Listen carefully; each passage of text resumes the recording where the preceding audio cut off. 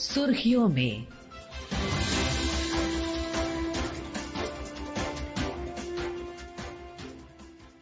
ये आकाशवाणी है। प्रस्तुत है कार्यक्रम सुर्खियों में। विशेष श्रृंखला सुधारों का वर्ष 2025 के अंतर्गत सुनिए रक्षा क्षेत्र में भारत की प्रगति पर चर्चा। इसमें भाग ले रहे हैं रक्षा विश्लेषक लेफ्टिनेंट जनरल राज शुक्ला। कार्यक्रम का संचालन कर रहे हैं हर्ष रंजन। नमस्कार, स्वागत है आपका सुर्खियों में। जब हम एक नए वर्ष की दहलीज पर खड़े हैं तो साल 2025 को सिर्फ आर्थिक विकास या इंफ्रास्ट्रक्चर के लिए नहीं बल्कि उस साल के रूप में याद किया जाएगा जब भारत ने अपनी राष्ट्रीय सुरक्षा नीति को नए सिरे से परिभाषित किया है। प्रधानमंत्री नरेंद्र मोदी के नेतृत्व में भारत ने दुनिया को साफ साफ संदेश दिया कि हमारी संप्रभुता से कोई समझौता नहीं होगा और आतंकवाद का जवाब मजबूती, निर्णायक तरीके और अपनी शर्तों पर दिया जाएगा। और इसी विषय पर आज हमारे साथ चर्चा करने के लिए स्टूडियो में मौजूद हैं लेफ्टिनेंट जनरल राज शुक्ला साहब। बहुत बहुत स्वागत शुक्ला साहब आपका। बहुत बहुत धन्यवाद, आपने मुझे आमंत्रित किया, मेरा सौभाग्य है। साल 2025 को भारत की राष्ट्रीय सुरक्षा सोच का टर्निंग पॉइंट कहा जा रहा है। आपके अनुसार प्रधानमंत्री नरेंद्र मोदी के नेतृत्व में इस साल सबसे बड़ा मूलभूत बदलाव क्या हुआ? देखिए, हम अपना मुंह मियां मिट्ठू क्यों बने। ऑस्ट्रेलिया में जो सामरिक विषय हैं उन पर चर्चा करने वाली एक बड़ी प्रसिद्ध इकाई है जिसे कहते हैं लोई इंस्टीट्यूट। वो हर साल जो रक्षा शक्तियां हैं, डिफेंस पावर्स, उनका आकलन करती हैं। इस साल हमारी रैंकिंग उन्होंने नंबर 3 पे डाली। देखिए कितना महत्वपूर्ण ये है। As a defence power they ranked us number 3 in a comprehensive sense. पूरी दुनिया में। So it is America, China and India. और फिर मेरे दिल ख्याल आया कि साहब हमारी जो अर्थव्यवस्था है वो तो चौथी बड़ी है, but as a defence power we are number 3। और मेरे समझ में it is largely due to operation Sindoor. आइए सुनते हैं प्रधानमंत्री नरेंद्र मोदी ने ऑपरेशन सिंदूर को लेकर क्या कुछ कहा। ऑपरेशन सिंदूर में देखा मेड इन इंडिया की कमाल क्या थी। दुश्मन को पता तक न चला कौन से शस्त्रास्त्र है, ये कौन सा सामर्थ्य है जो पलक भर में उनको नष्ट कर रहा है। सोचिए, अगर हम आत्मनिर्भर न होते तो क्या ऑपरेशन सिंदूर इतनी त्वरित गति से हम कर पाते। लेकिन हमें मेड इन इंडिया की शक्ति हमारे हाथ में थी, सेना के हाथ में थी।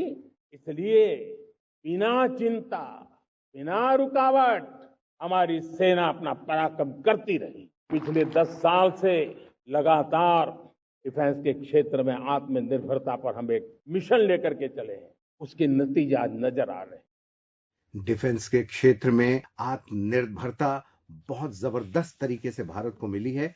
और दरअसल प्रधानमंत्री ने आतंकवाद को लेकर भी 5 नए नॉर्मल की बात की है। पहला है सख्त जवाब, दूसरा परमाणु धमकी की राजनीति नहीं, तीसरा आतंकियों और उनके समर्थकों में कोई फर्क नहीं, चौथा पहले आतंक खत्म फिर संवाद, और पांचवा संप्रभुता पर जीरो समझौता। शुक्ला सर, ये सिद्धांत भारत की पहले की नीति से किस तरीके से आपको अलग दिखते हैं?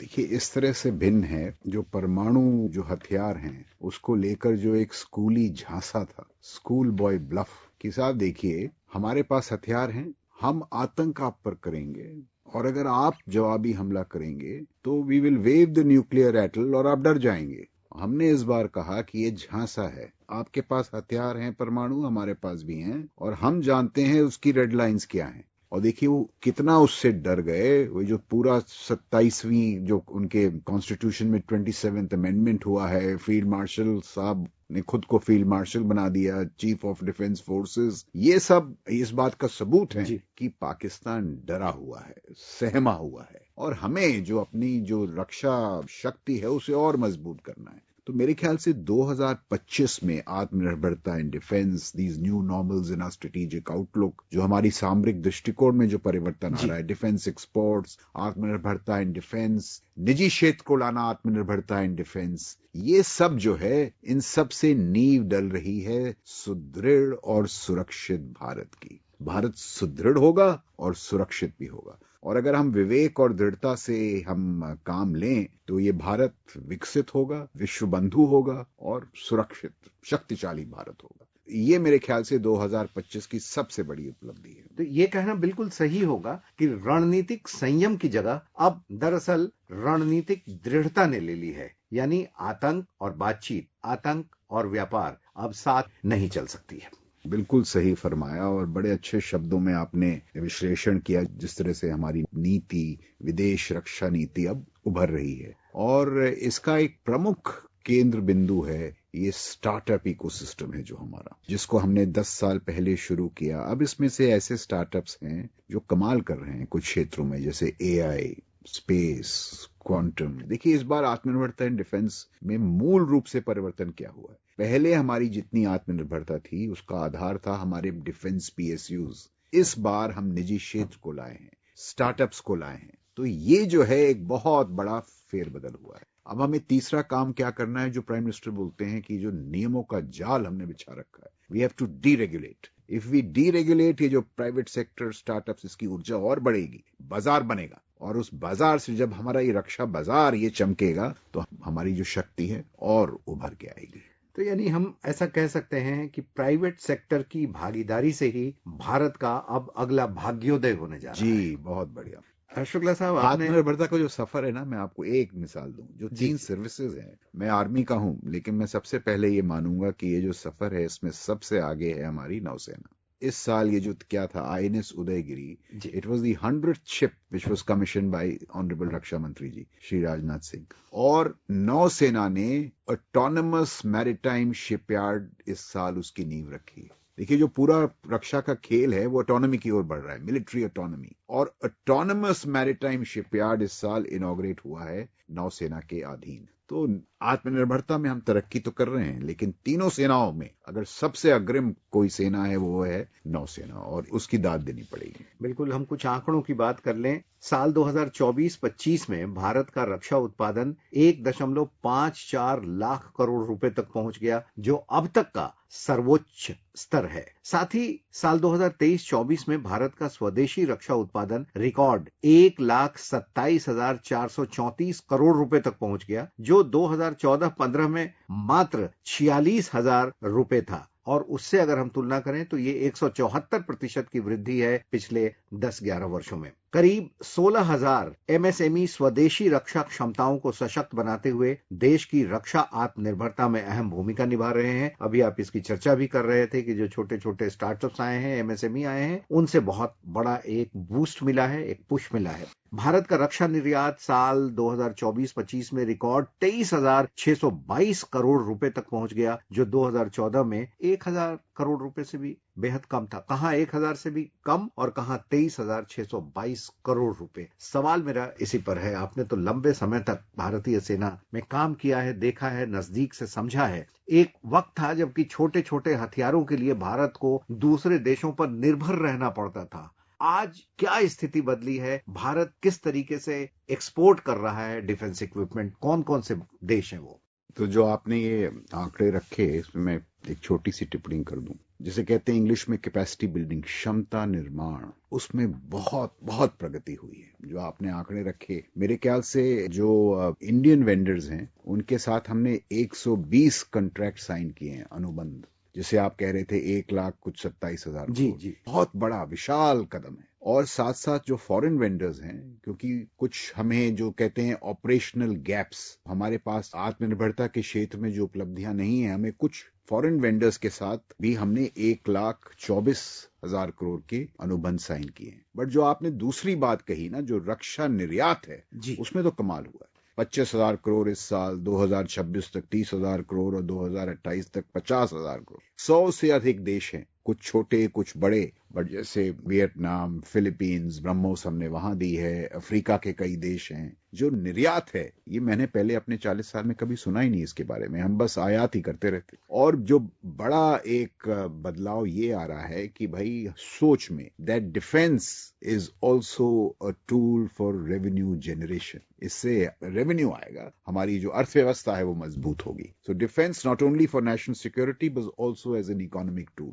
साल 2047 यानी आजाद भारत जब 100 वर्ष का होगा, उस समय पूरी तरीके से न सिर्फ आत्मनिर्भर होंगे बल्कि हम विकसित भारत होंगे। उसमें ये जो रक्षा क्षेत्र में हमने प्रगति की है और खास तौर पर साल 2025 जिस तरीके से एक बहुत अहम साल रहा है रक्षा के लिए, वो बहुत जबरदस्त तरीके से उसमें सहयोग करने जा रहा है। और हम एक और आंकड़े दे दें कि साल 2025 में 4.3 लाख करोड़ रुपए से अधिक की रक्षा खरीद को मंजूरी मिली है, जिसमें लाइट कॉम्बैट हेलीकॉप्टर, नौसेना के लिए राफेल एम और उन्नत निगरानी प्रणालियां शामिल हैं। इससे थल, जल और वायु तीनों सेनाएं मजबूत हुई हैं। अगर 10 साल पहले की स्थिति को आप देखें और आज की स्थिति को देखें तो बहुत शार्प डिफरेंस क्या पाते हैं आप? जो आपने आंकड़े दिए, जिस तरह से हमारी तीनों सेनाएं में मजबूती लाई जा रही है, उसके अलावा क्या हो रहा है, देखिए जो टेक्नोलॉजी मिशंस हैं, देखिए आज का जो खेल है रक्षा का वो टेक्नोलॉजी का है।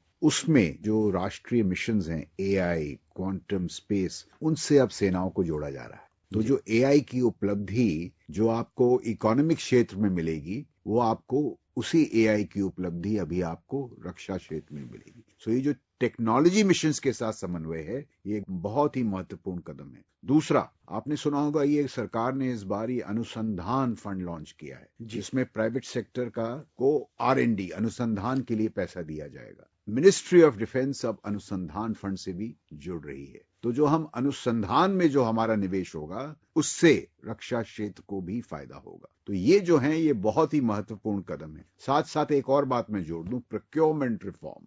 अब जो हमारे डिफेंस सेक्रेटरी साहब हैं, वो defence procurement manual, defence procurement procedure, बहुत इंपॉर्टेंट वही उसमें क्या हो रहा है, देखिए ease of doing business, delays को कम किया जाए, उनमें सरलता कैसी लाई जाए।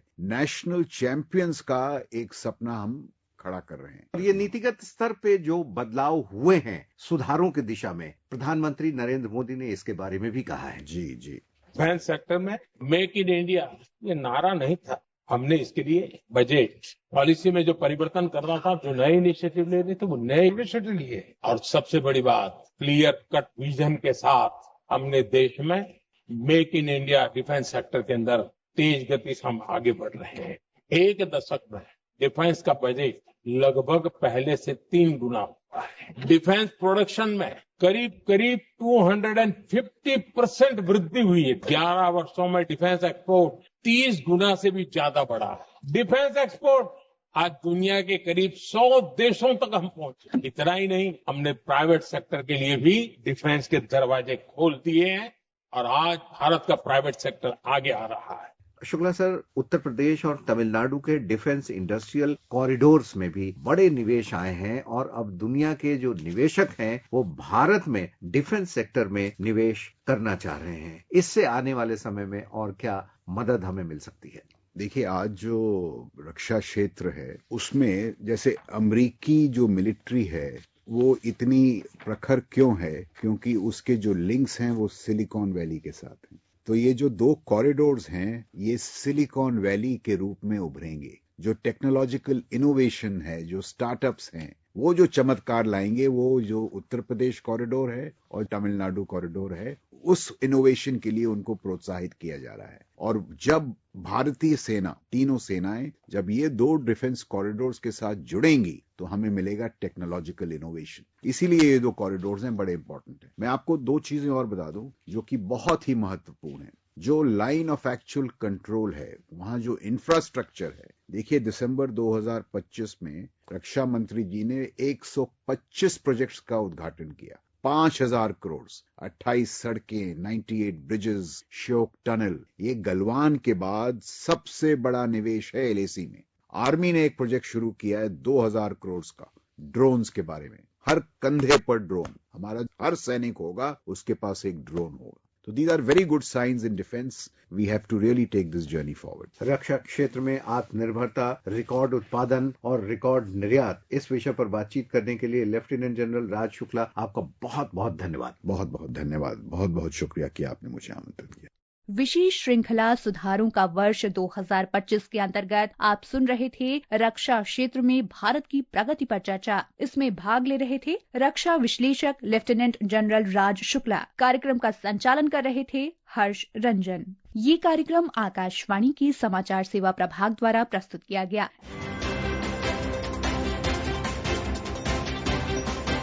सुर्खियों में।